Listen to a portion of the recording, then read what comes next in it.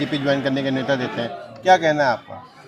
कहना ये है कि ये देखिए रंजीत श्रीवास्तव जो बहुत बड़ा हिस्ट्री शीटर है, इसके ऊपर लगभग 4 दर्जन मुकदमे लखनऊ और बाराबंकी के तमाम थानों में दर्ज हैं और हिस्ट्री शीट हर थाने पर इसकी लगी हुई है।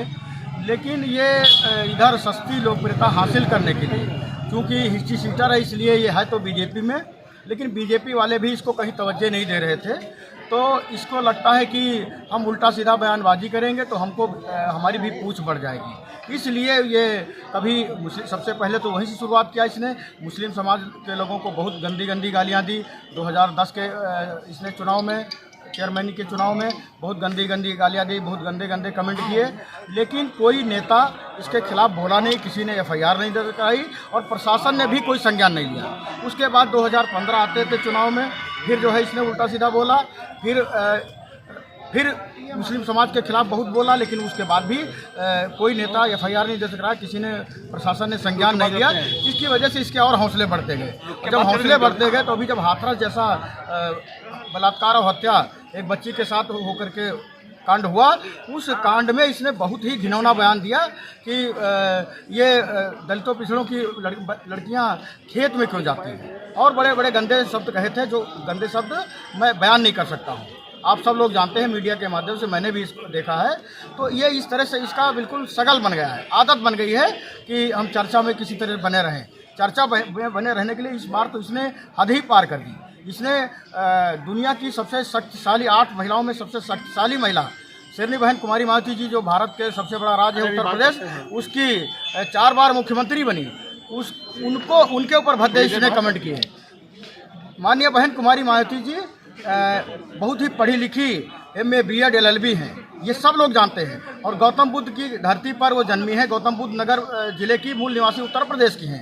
अब उनको ये बता रहे हैं कि उनको हिंदी नहीं आती, उनको पढ़ना नहीं आता है। वो जिम्मेदार पर्सन हैं, उनके बयानों को कभी कभी तोड़ मरोड़ के पेश किया जाता था, इसलिए उन्होंने एक लिखा पढ़ी में प्रेस कॉन्फ्रेंस जारी की। खुद वो लिखती हैं, खुद तैयार करके और उसको पढ़ करके सुनाती हैं। उसकी कॉपी भी तुरंत प्रेस को दी जाती है ताकि कहीं से कोई तोड़ मरोड़ न सके उनके बयानों को।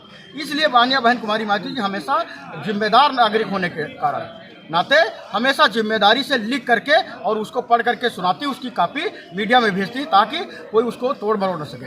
अब उस पर भी कल भी इसने मतलब भद्दा कमेंट किया है कि वो पढ़ना लिखना नहीं जानती, तो ये तुम पढ़ के लिख के भेजते हो? कौन पढ़ लिख करके भेजता है? बहन कुमारी मायावती अपने हाथ से लिख करके तैयार करती हैं। अम्बेडकर जी को ब्राह्मण कहा, ये तो मतलब इसकी तो अब देख लीजिए, बाबा साहब अम्बेडकर जो पूरी दुनिया के सर्वमान्य महापुरुष हैं, जिनको सिंबल ऑफ नॉलेज अमेरिका में कहा गया, कोलंबिया यूनिवर्सिटी जो सबसे अच्छी यूनिवर्सिटी मानी जाती पूरी दुनिया की, वहाँ पर बाबा साहब डॉक्टर भीमराव अम्बेडकर पढ़े हैं। और जब बराक ओबामा जो शक्तिशाली वहाँ के प्राइम मिनिस्टर थे, वो जब राष्ट्रपति यहाँ पर आए तो उन्होंने कहा कि अगर हमारे ये देश में पैदा हुए होते तो मैं इनको सूर्य की संज्ञा देता, मतलब सूर्य जैसा चमक रहे हैं।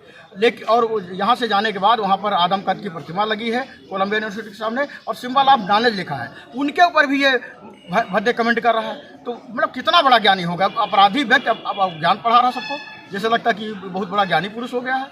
और ये जो अपने आप को बहुत बड़ा मनवादी और बहुत बड़ा मानता है कि हम ही सबसे जातियों में उच्च हैं, इस तरह से बयान दे रहा है, जबकि इनका भी कहीं सम्मान नहीं, कहीं पूछे नहीं जा रहे हैं।